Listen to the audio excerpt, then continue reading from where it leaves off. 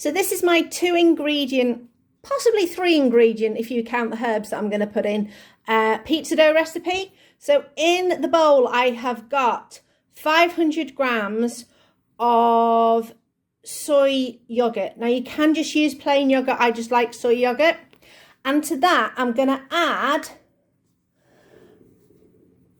probably an equal-ish amount of flour. I'm particularly using some 00 flour, only because I got it on offer. It was massively reduced, so that's what I'm going to use. I'm then going to sprinkle in some herbs, because it just adds a nice bit of flavour. And what you then do is you blend it with your dough hook, or you mix it together and you knead it until you create a really nice dough.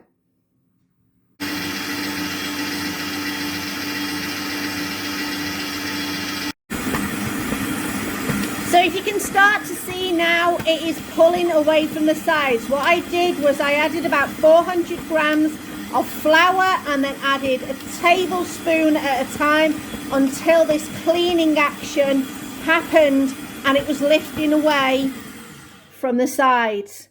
Now it's still going to be quite sticky, so you will need to flour your work surface really well. So what I'm going to do is I'm just going to flour my hands a little bit to be able to take the dough out of the dish. Flour them a little bit more. You can feel it's still a bit sticky. And there we go. So again, lots and lots of flour. It is still, you can see on this hand that it's still really sticky. So just, it's fine. Then what I'm going to do is I'm going to cut it into 6. 6 is approximately what I normally do for this recipe.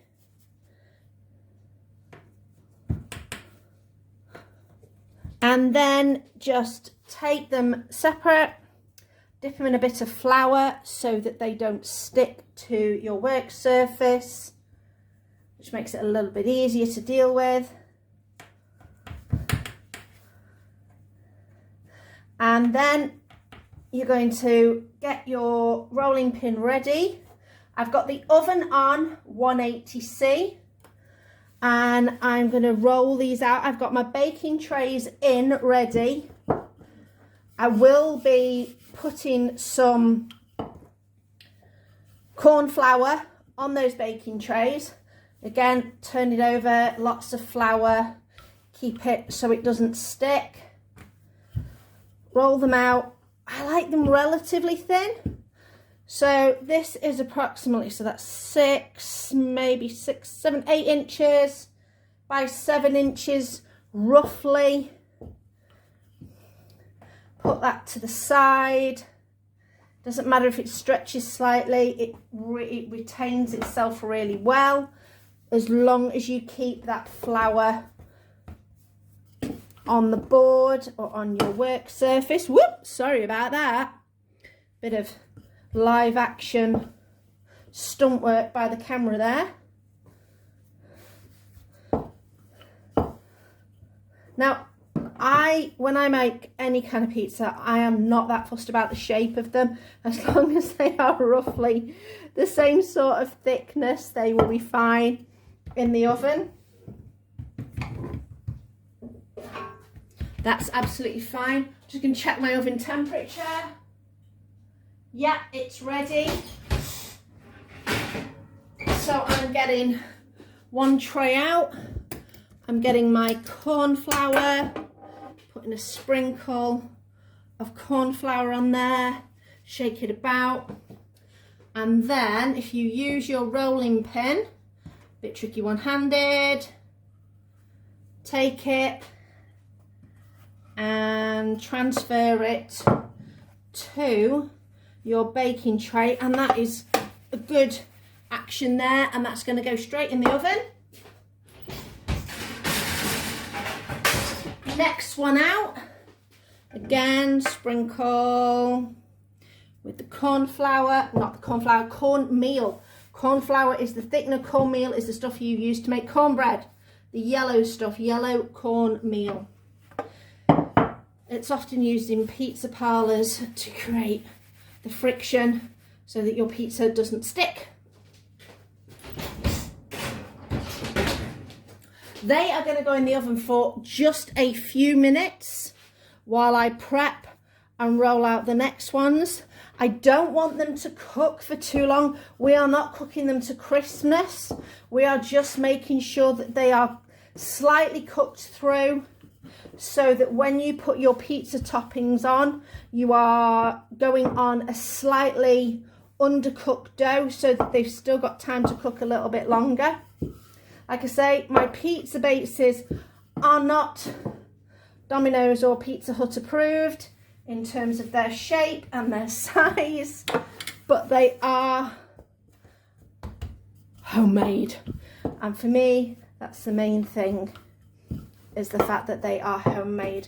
Probably, or possibly not, the cheapest way of making your pizza dough. You know, yogurt is not the cheapest thing to get. It depends, get it on offer. These freeze really, really well. And are a lot easier to make than having to do pizzas that have got to rise and you've got to use yeast, and the protein level on these is much higher, so they do fill you a little bit longer. Okay, so this has been in the oven for 4 minutes. It's still got a slight bit of rawness on the base, but that is absolutely fine for what you want it for. You might notice that if you use self-raising flour, that you will start to get little bubbles in your dough. All you need to do now is put this somewhere to cool, and then you can either freeze it or you can use it to make your pizzas. And all I'm going to do now is take this one off and put my next one on and put that straight in the oven. So there should be enough, but I'm just going to put a little bit more of the cornmeal, roll up my dough. Whoop. I say it's quite a forgiving dough, you know, especially if you've got it on this non-slip surface. If you don't flour this, it will stick, or if you don't use cornmeal, it will stick and it'll make it more awkward to work with.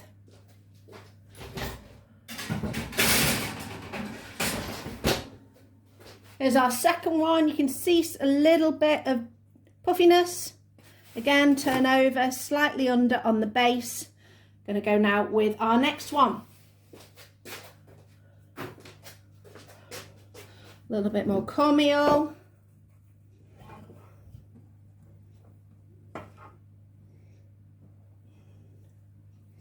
Oh, this one's been a little bit more temperamental, but it's possibly just because it needs a little bit more flour. Yeah, that one's going to misbehave on me. Don't worry about it. Just knead it back together. Put your tray back in the oven to keep it nice and hot and work on that piece of dough.